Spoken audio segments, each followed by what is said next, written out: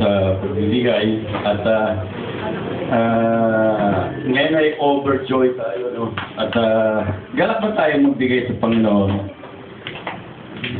Kaya, pagdating yan na. Amen! Yes! At nasubukan nyo na bang managinip na pag-ising nyo tuwa kayo? Meron pong kwento ng isang bata na naginip siya. Ang kwento niya, yung kwento roon, kasi yung bata na naginip na bumili siya ng isang balot ng biskwit. At yung panaginip niya yun, sabi niya tuwan-tuwa siya dahil pagkabili niya ng isang balot ng biskwit, umuwi agad siya sa bahay at binigay niya doon sa lolo niya. Yung lolo niya, walang, alam niya man ang matatanda halos kapubos na yung ipin. Yung pagkagat niya ng ganun, parang may sasilip. Pagkaya sa, ano ba yun, sa pakalas na sa television, pagkagat niya ng biskuit, ganun siya nalunok niya ngayon yung buo. Pagka nalunok niya ngayon, nabulo na, yung matanda, tuwan-tuwa yung bata habang nakikita niya yung lolo niya. Ano na? Ano na yun? Doon yung bata. Meron yung balayo kwento lang po yun. Hindi totoo yung nangyari. Meron po isang kwento rito sa Genesis. Yung buhay po, yung panaginip po ni Jacob. Isang panaginip na kung saan ay natuwa ang si Jacob. Sabi na rito, Jacob left Beersheba and set out for Haran. When he reached a certain place, he stopped for the night because the sun had set. Taking one of those stones there, he put it under his head and lay down to sleep. He had a dream in which he saw a stairway resting on earth with its top reaching to heaven, and angels God was ascending and descending on it. Naginip po siya na nakita niya yung anghel na merong hagdan, akit baba, umakit sa baba, sa langit, pakit pababa. Thereabout he stood the Lord and said, I am the Lord, the God of your father. I am the Lord, the God of your father Abraham, the God of Isaac. I will give you and your descendants the land which you are lying.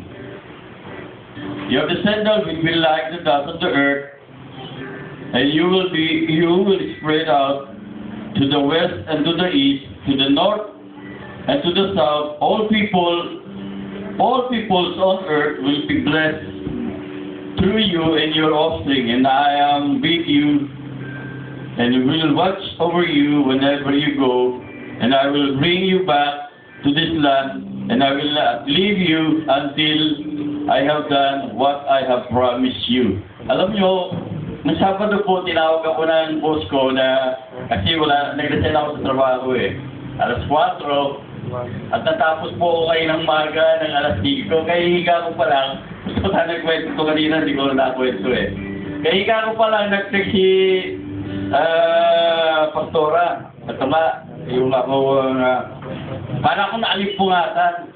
At pagbasa ko nga nito, nakakatuwa nga. Sabi nga, napakaganda ang sinabi. Parang biglang na nag-iinip, At sabi niya, alam niyo ba ang church niya natin, by April, mawawala. Mali mo, ano tawag doon? Hahanap na po tayo ng bago nating bahay-sambahan. Sabi nga na pakaganda nga, parang may prophecy na sabi nga doon bibigyan tayo ng Panginoon, sabi doon, Kaya sabi doon, and when Jacob awoke from his sleep, he thought, surely the Lord is in this place, and I was not aware of it.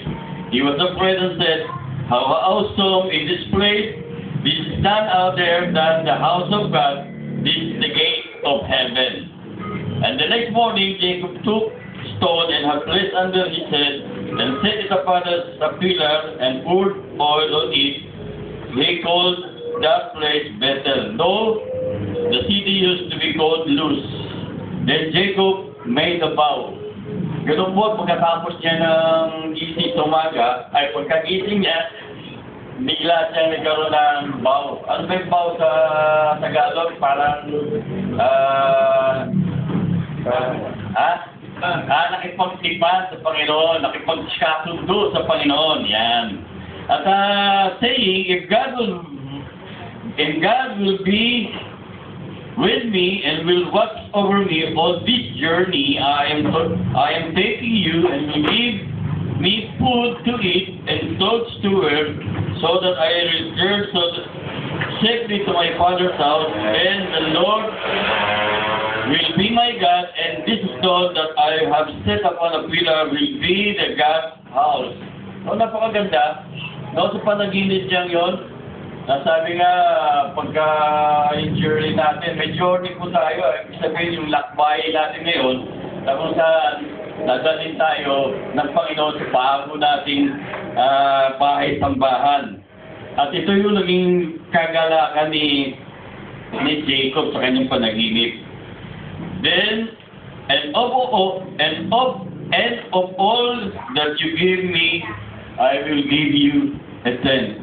Yun, ibibigay ko sa kanya sa Panginoon yung tenth. Wala pa po yun, di pa po yung mula pa yung sinasabi sa Malakay 3:10 na give a 10 part of our salary o anumang pinagkakitaan natin. Pero kay Jacob, maliwanag na po sa kanya na anumang ibig sabihin, lahat ng pinagkaloob ng Panginoon, ibibigay niya yung ika-10 para sa Panginoon. At sabi nga ito sa